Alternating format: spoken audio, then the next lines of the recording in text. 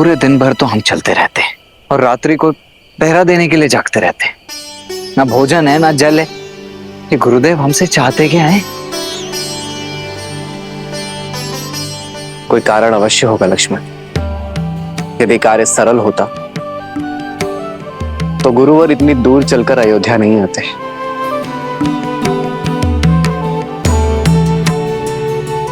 कठिन कार्य का मार्ग कठिन ही होता है। धीरज रखो। जी भाई।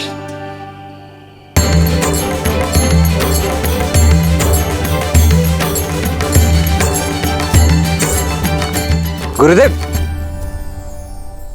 जलाशय।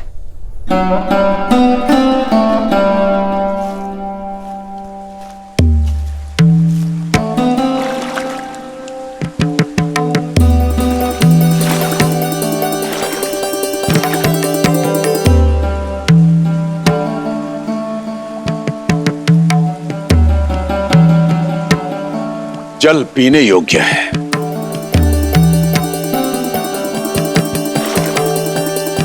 पी नहीं सकते।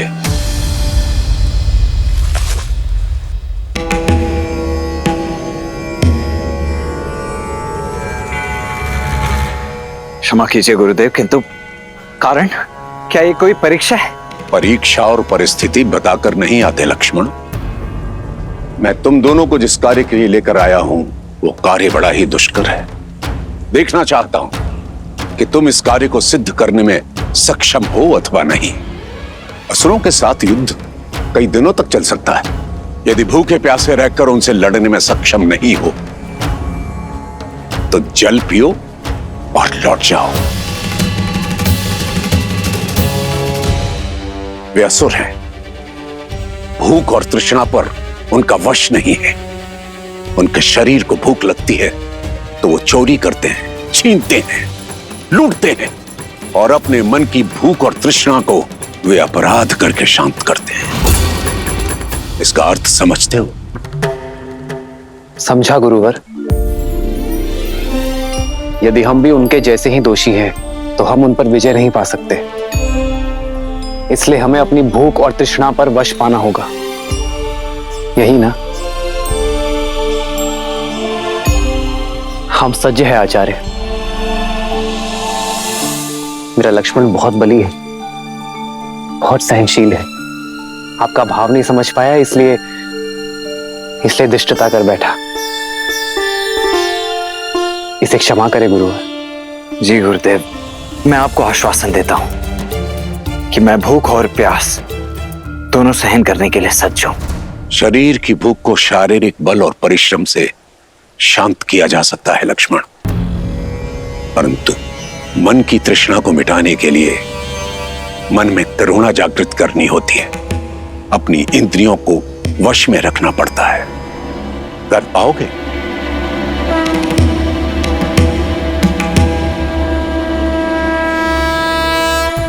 तो फिर चलते हैं। गंतव्य तक पहुंचने में और 4 दिन लगेंगे।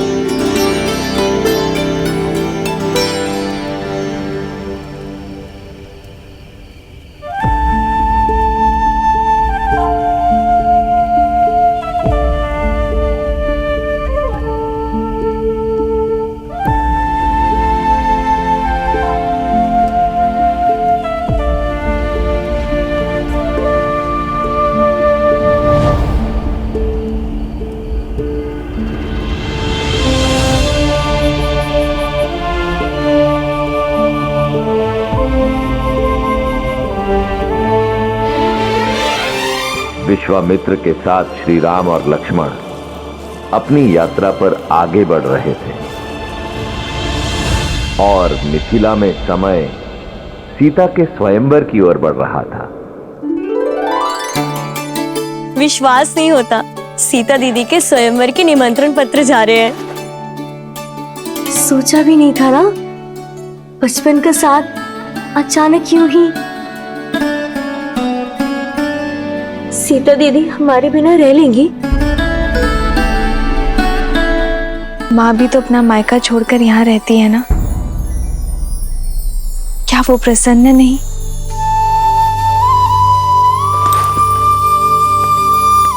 सीता दीदी चौपड़ खेले इस समय? जितना समय यहाँ पर हो खेल लो ना दीदी। जब ससुराल चले जाओगी तो हम तीन कैसे खेलेंगे?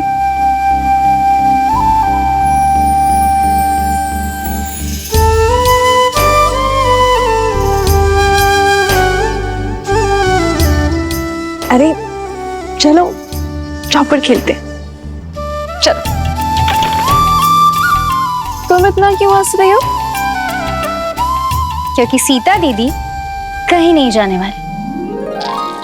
अब ज्येष्ठ पिताश्री ने नियम ही कुछ ऐसे रखे हैं। जिस शिव धनुष को सैकड़ों लोग मिलके केवल हिला पाते हैं, उसे कौन तो उठाएगा और कौन प्रत्यंचा चढ़ाएगा। तर्क तो उचित है, पर फिर सीता दीदी ने कैसे उठा लिया था? हाँ दीदी बताओ ना, जब आपने शिव धनुष उठाया था तो क्या था आपके मन में? नहीं जानती, बस इतना स्मरण है कि मेरे मन में ना तो कोई भय था और ना कोई भार। केवल महादेव से प्रार्थना थी कि हमारी गेंद वापस लौटा दे।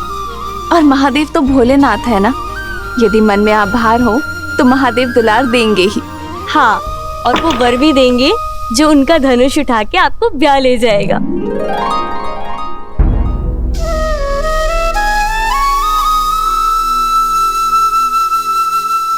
वैसे संपूर्ण भारत से राजकुमार आने वाले हैं, तो तुम तीनों भी सोच लो कि तुम्हें कैसा वर चाहिए। क्या पता मेरे साथ साथ तुम्हारी खोज की भी अंत हो जाए। कितना अच्छा होगा ना यदि ऐसा हो तो। जैसे हम चारों बहनें आज जीवन यहाँ रही हैं, वैसे ही हम चारों का विवाह एक साथ हो, एक ही घर में। हाँ, तब तो हम प्रतिदिन चौपड़ खेलेंगे। हाँ, इससे उत्तम तो और कुछ हो ही नहीं सकता। लो, मैं तो सच में जीत गई। कितना शुभ संकेत है ना। यदि महादेव ने चाहा तो हम चारों बहनें आनंद से ऐसे ही एक ही घर में रहेंगी। कितना शुभ मन है ना सीता का। हर एक के मन में आशा जगा देती है। ऐसी गुणवान स्त्री को तो श्री राम ही मिलेंगे ना।